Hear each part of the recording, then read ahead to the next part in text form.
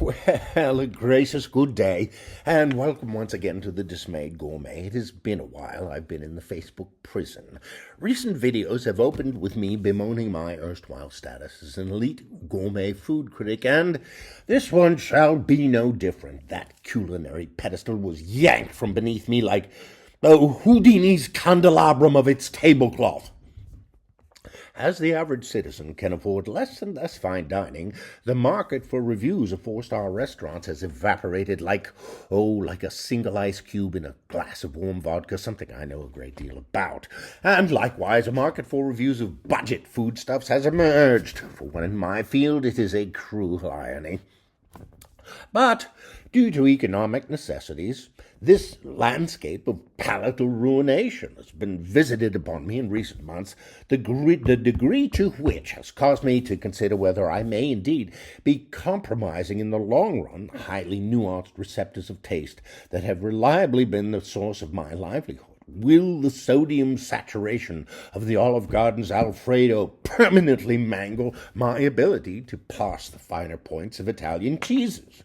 Has the scourge of Colt 45 malt liquor laid waste my once virile tonsils and epiglottis?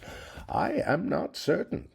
Like all of us, I do hope this tectonic economic shift will soon settle. And so, welcome once again to the Dismayed Gourmet. In this week's tongue-fouling, glottis-clogging, stomach-churning, colon-bloating assignment, I was presented for review with a substance America's often referred to as spaghetti sauce. That's right, spaghetti sauce. Whatever pasta it lives on, it is spaghetti sauce, not marinara, not puttanesca, not arrabbiata. Yes, whether in Boston's North End, accidentally sampling the world's finest bolognese over tagliatelle, or swilling down Kroger brand angel hair at home, here in the States, it's noodles with spaghetti sauce. Special plea to the editors at the London Times, please.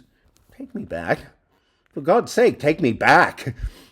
Anyway, my task this week, to assess in my frank and uncolored manner America's jarred spaghetti sauce of choice, ragu. According to the editorial brief I received from the lonesome bug-eyed freak who assigns my work, I was to heat it, pour it upon a bag of, now get this, multicolored wagon wheel pasta. Yes, that's right. And consume at least 8 ounces of it. Multicolored wagon wheel. Ah, yes! A quick aside to the legal team at the Japanese foodstuffs conglomerate Mizcan.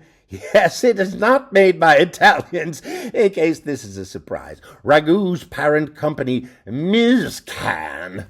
The Dismayed Gourmet is a comedy presentation, and in no way regards itself as a legitimate arbiter of taste, one way or the other, within the bowel-fouling sea of gassed hothouse tomatoes, stale spices, and carcinogenic additives that comprise the jarred sauce's mass-production marketplace.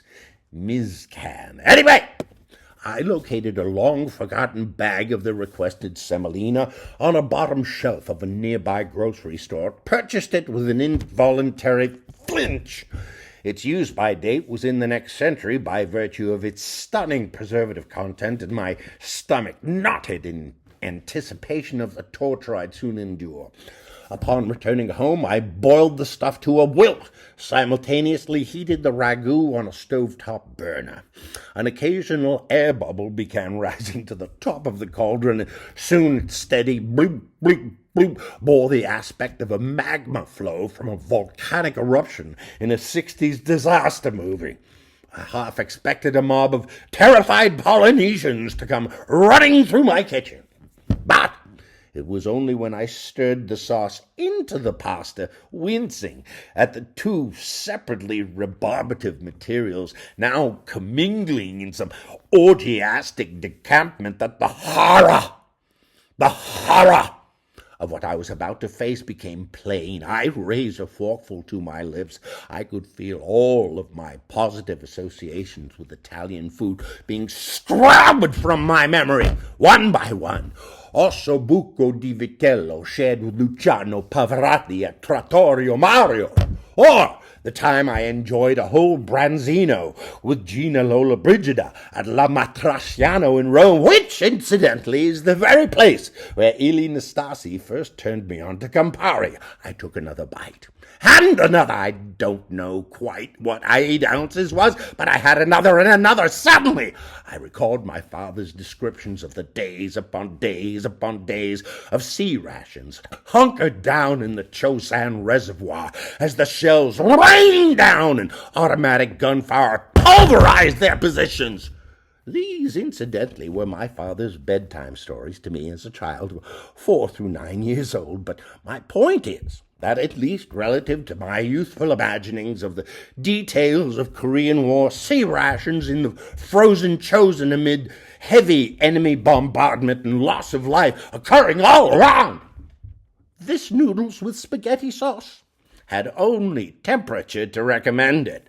Physically, a protective volcano of mucus ran through my sinuses and alimentary canal, flushing from their membranes to battle back against a pool of enzymes and stomach acids that had churned their way upward from my guts. Nature's efforts, I suppose, to create some kind of prophylactic between this gastrointestinal assault and my highly attuned taste receptors, if the side effects of multicolored wagon wheel pasta swimming in the commonest of tomato sauces have not rendered me unconscious with boredom, I shall, in all likelihood, explicate to you next week some or other hideous food product foist upon a massive cross-section of America that has neither time nor money for good taste, and as a result is well on its way to losing it altogether. Conclusion? Ragu spaghetti sauce is barely fit for your doomsday prepper backyard bomb shelter. As always, I am truly yours, the Dismayed Gourmet.